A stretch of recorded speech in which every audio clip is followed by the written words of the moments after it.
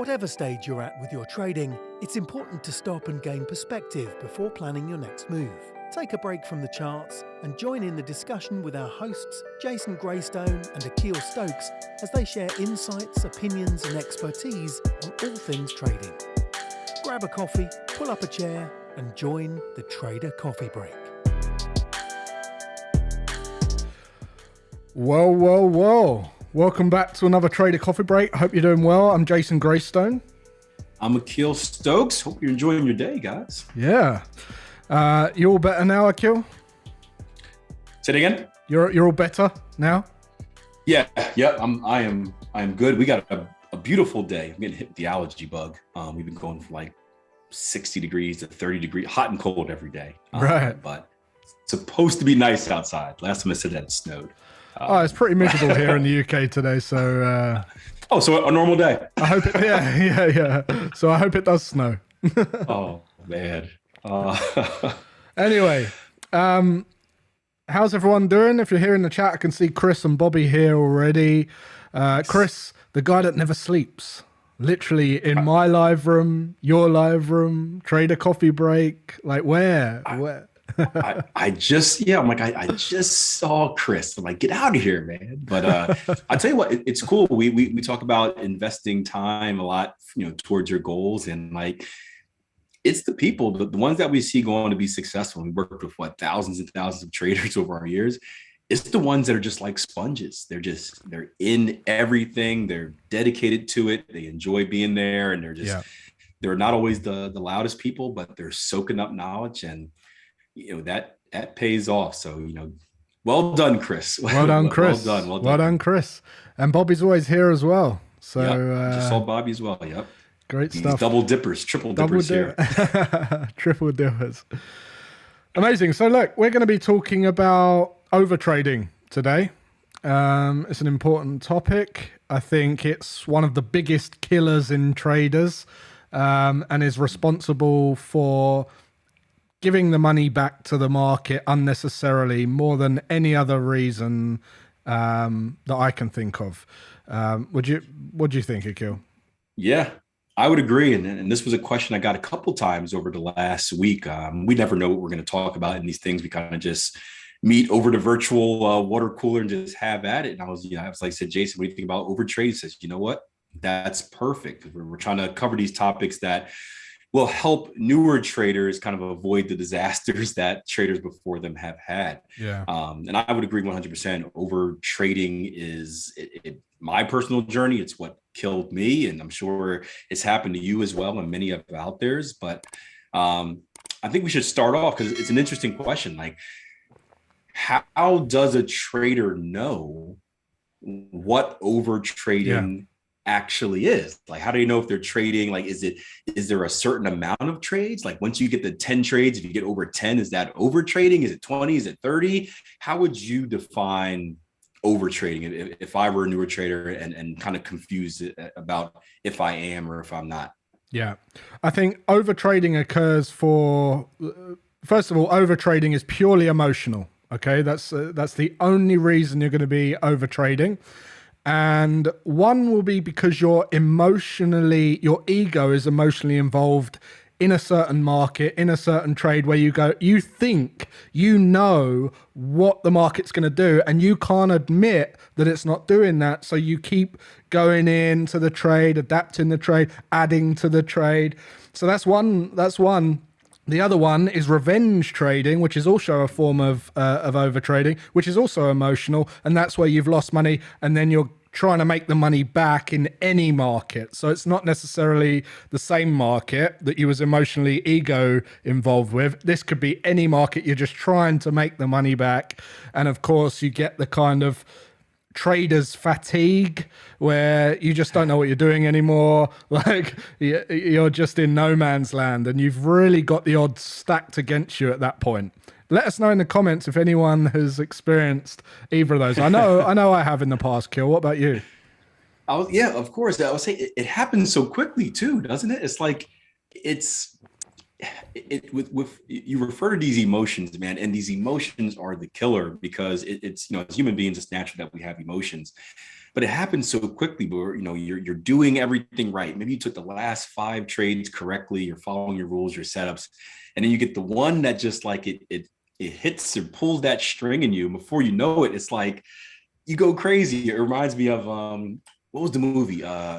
300, right? 300, Yep. the Spartan movie. And I forgot the character, but it was like a dad and a son, and the son went out there and got killed. And the guy went into like blood rage. Like he just like, he broke the line. He forgot the whole plan. He went out there and just went crazy. And it was purely emotional. Like he was blinded. And you see traders doing the same thing as the market. They just get blinded. And before you know it, 4 or 5, 6 trades at all different type of position sizes. And it usually ends wrong.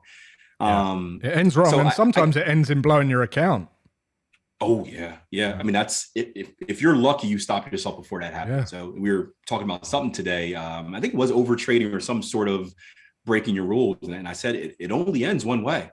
Like you go broke. Like that's the final stop loss for people when you literally can't trade anymore because you've hit margin call and your broker has shut you down. And it doesn't get to that point. It's a very it takes a lot to stop and realize what you're doing. It takes a big person to go, look, I've got to stop now. This is wrong. But the biggest problem with it is it's like the more you do it, the more you're likely to not think straight. So it's kind of a spiraling, kind of damaging state to be in, because the more you get wrong, or the more you steer or veer away from your trading system, your disciplined trading system, the more you're beating yourself up, the more you hate yourself, the more you're getting, agitated. You're saying, why am I doing this? And you're getting upset. More emotions are getting involved. That's going to cause you to trade worse. And it's like a self-perpetuating kind of rut that you get stuck in. And I know many people go through that.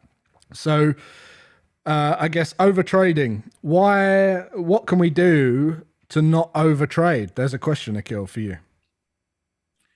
Well, the simple answer, the coaching talk answer that you guys are going to hate is you follow your plan and you only follow your plan, right? We believe in a rules-based trading strategy where we have, and your rules can be as flexible, as tight as you want. Like, I don't know about you, Jason. Like, I don't really care what people's rules are. As long as you have rules, as long as you have that guidance, you don't have to trade like us.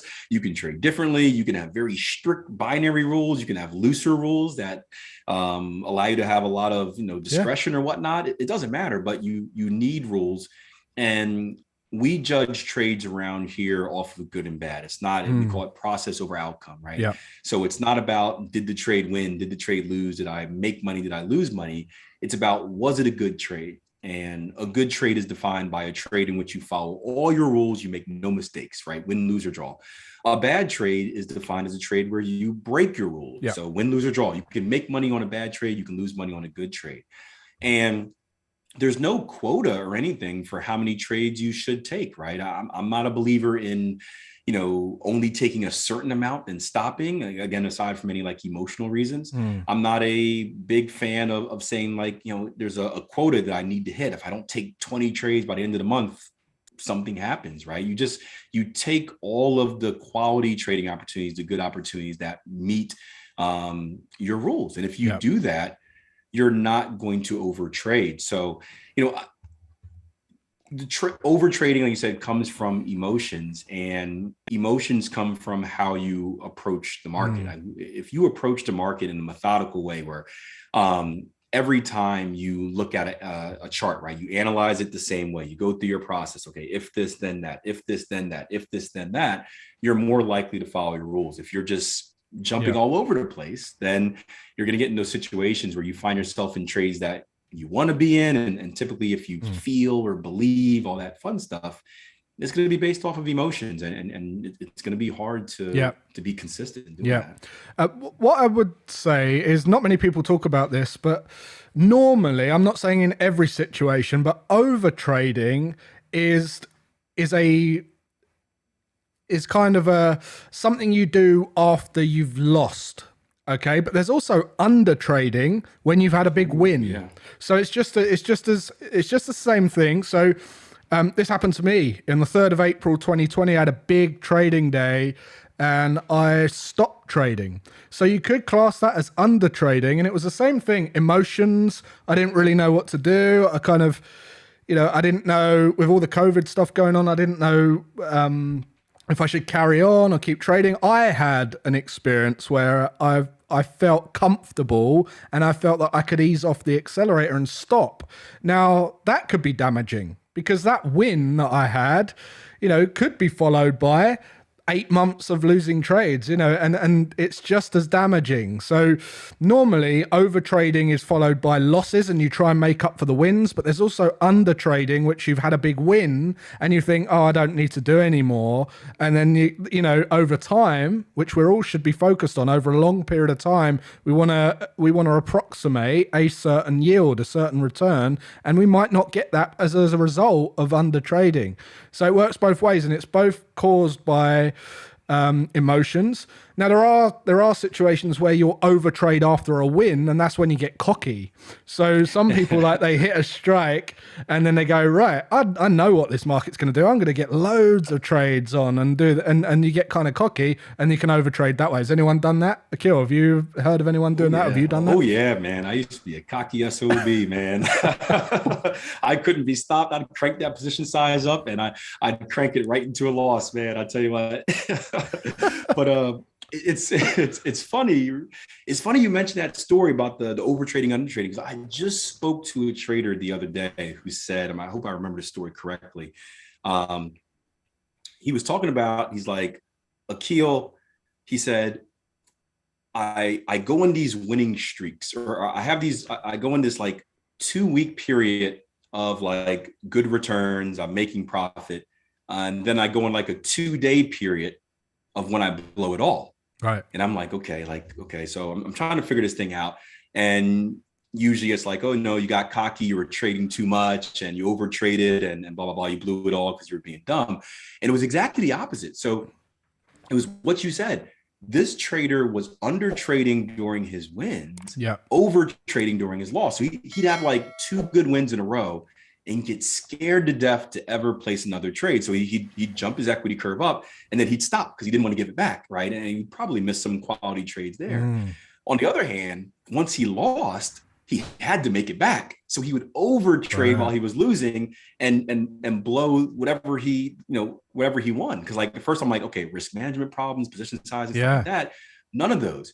He simply was afraid to keep trading when he won, and then over traded when he lost. So it was cool you brought that up because that's a perfect example of how under trading killed this guy, because he probably would have, during his hot streak, I think he was a trend trader as well. So he probably left a lot of meat on the bone for that equity curve. Yeah. But then just accelerated the losses because he didn't want to accept giving some of it back. So he just kept making more and more and more and more mistakes.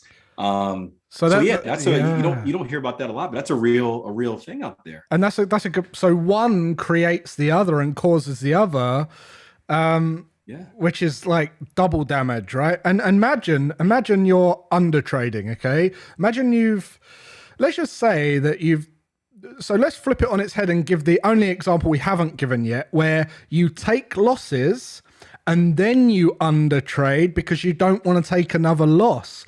Now that is under trading, but that's another example of where you're going to be watching the market, you're going to be staying out and not involving yourself in trades, and you see these trades win that you would have been in had you traded your plan. Now you're going to revenge, double down, right? You're going to go, no, I should have been in that. Now I'm going to double my position size. I'm going to try and you're not going to trade the same because you're going to be beating yourself up for under trading following a loss. So look, you can overtrade following a loss, overtrade following a win, undertrade following a loss, undertrade following a win, which is why the answer to this is to be consistent and follow your plan. As Akil said, you have a plan, you trade it, you don't get excited by wins or depressed by losses. You just focus on the long-term plan, which is all easy in hindsight. But I think maybe we should share some advice, or maybe we should discuss what people can do if they do have a big loss or they do have a big win. I can tell you that from experience, go for a walk, get away from the charts, join the coffee break, let off some steam, right? Have the rant. You're a track coach, Akil. What do you teach when people get emotional over something that's happened? What's your advice? I tell them this. They don't always like it, but I tell them, hey, you got 5 minutes or 10 minutes to be pissed off, right? And then I need you for the next race. So sometimes we had a girl last week, came back, ran a poor race, wasn't her fault, but was crying all over the place. She had another race to run. I said, hey, man, like, all right, you ran, it sucked, it's over. There's nothing you can do about it now, right? Yeah. Nothing you can do now will change the past, right? So you do need that time to decompress. That's important. Yeah. You don't just want to, you do feel these emotions after trades, wins or losses, and you don't just want to put them aside, because what they'll do is they'll creep up and kind of come out later. Yeah. So take time to decompress, but understand in 5 minutes, you need to have a very short memory. Like I do what you do. Like I'll go for a walk. I'll go for a run. I'll hit the heavy bag, get frustration out. When I was a younger trader and I felt myself doing this, I actually had a playlist where I would play a certain song for a win, a certain two songs for like a big win, and a certain song for like a loss. And I'd go and I'd air guitar it, and like, that was my 5 minute break. And then once those songs were over, my rule was, hey, back to the charts, reset, new situation. So you got to find some type of tactic to really just disconnect yourself from the market. The worst thing you could do, I think you'd agree, is like stay there and watch a loss happen. Yeah. And then sit there and like, because you know what happens. Sometimes you take a loss and then like it stops you out and it starts going in the opposite direction. You're like, oh, if I can just get in the opposite direction, I'll make a little bit back. Yeah. You got to get away, reset.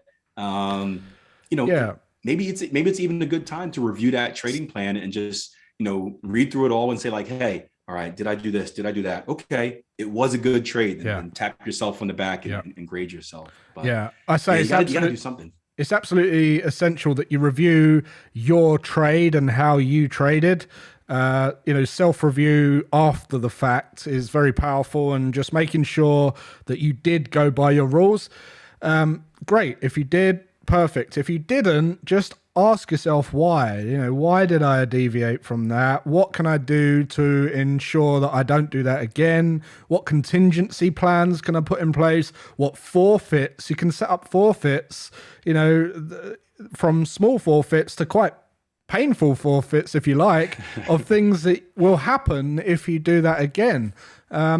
All of these things are going to help you stay poised and balanced as you approach your trading going forward.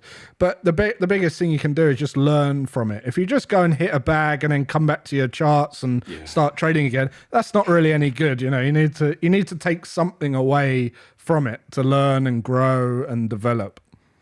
Definitely.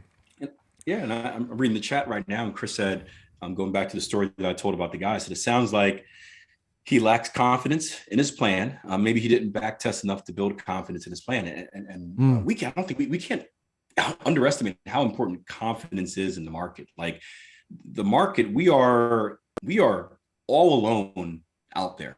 Like we are by ourselves. Like a football reference, a cornerback, when they're playing someone one-on-one, they say the cornerback is all alone on the island. Maybe it's like in soccer, like a penalty kick where it's you and the goalie and there's nothing else. Like it is, you got to have confidence in yourself. And in trading, confidence comes from two things. It comes from experience in the market. So time in the market, years and years and years of doing it, and back testing. Now, new traders, unfortunately, you're new. You don't have years in the market to kind of learn these lessons, to learn what Jason said about, hey, he shut himself down after a big win, and kind of reevaluate that and see what he did and learn for the next time. So that back testing is so important.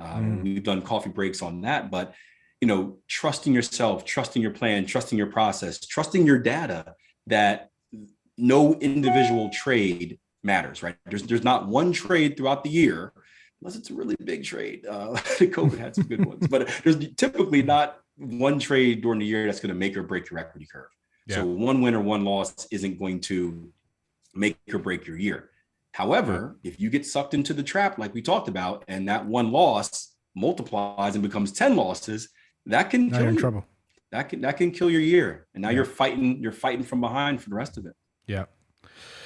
Great discussion. Also, Bobby said, surround yourself with other traders, chat with other traders. That's a great one. You know, we've got a fantastic community over at tier1trading.com. You can go and check those out and hang around with our traders.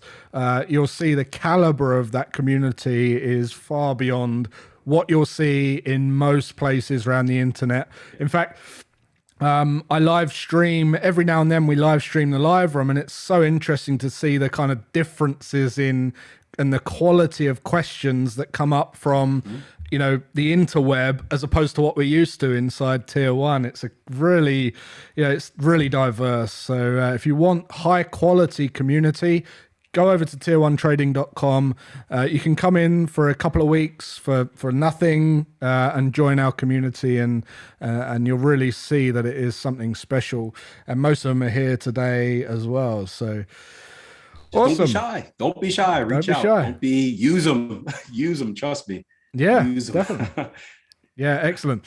All right, so I think that wraps it up. If this is the first time you're checking, go and enjoy yourself. There's about 23 other videos on this channel so far. We're running this once a week. You can also subscribe to our personal channels over here, where myself and Akil regularly share videos on that channel as well. And don't forget to like and subscribe this channel if you're not a subscriber already. Get the notification bell on, because we go live. We don't post videos. We live stream into this channel. So you'll want to know when those live streams go live. And that about wraps it up. So until next week, thanks for joining us on our coffee break. Remember, less is more, definitely with overtrading. And we'll see you guys next week. Take care. Thanks for joining us for the Trader Coffee Break. Be sure to like this video, subscribe to the channel if you haven't already, and don't forget to hit the notification bell to never miss a live discussion. Follow our hosts on social media. And remember, do nothing to gain perspective on everything. See you next week.